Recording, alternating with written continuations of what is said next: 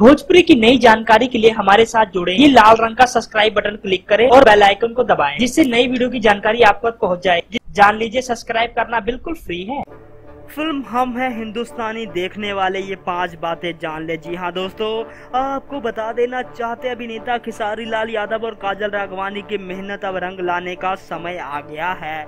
Film Babri मस्जिद ban कर दी गई थी, लेकिन सेंसर बोर्ड ने ये बात रखी थी कि दोबारा से रिलीज करने का तभी हम मौका देंगे जब इस फिल्म का नाम आप बाबरी मस्जिद से बदलकर दूसरा रख दोगे। तो दोस्तों, दूसरा नाम फिल्म प्रोडक्शन ने रखा है हम हैं हिंदुस्तान, यानी बाबरी मस्जिद को बदल कर रख दिया गया हम है हिंदुस्तानी। तो दोस्तों, अब हम नाम लेके कहेंगे हम है हिंदुस्तानी खेसारी लाल यादव की फिल्म।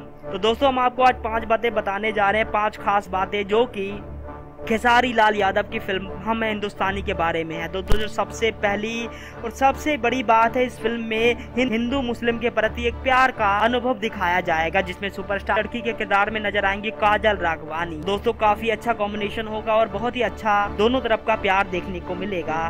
दोस्तों, जो दूसरी बात सामने आई है वो ये है, इस फिल्म को देखने के बाद आप इस फिल्म का दीवाना हो जाओगे, क्योंकि इस फिल्म में हिंदू मुस्लिम को एक ऐसा चीज दिखाई गई है जिससे लगेगा हिंदू मुस्लिम बिल्कुल भाई भाई है। और जो सबसे बड़ी बात सामने आई है वो ये है, इस फिल्म में काजल राघवानी और खेसारी लाल यादव का जोड़ी के कारण आप लोग पसंद करते हो। आखिरकार वो मिलकर एक ऐसा जबरदस्त ड्रामा करेंगे जो कि आपको बहुत ही मजा आने वाला है देख के।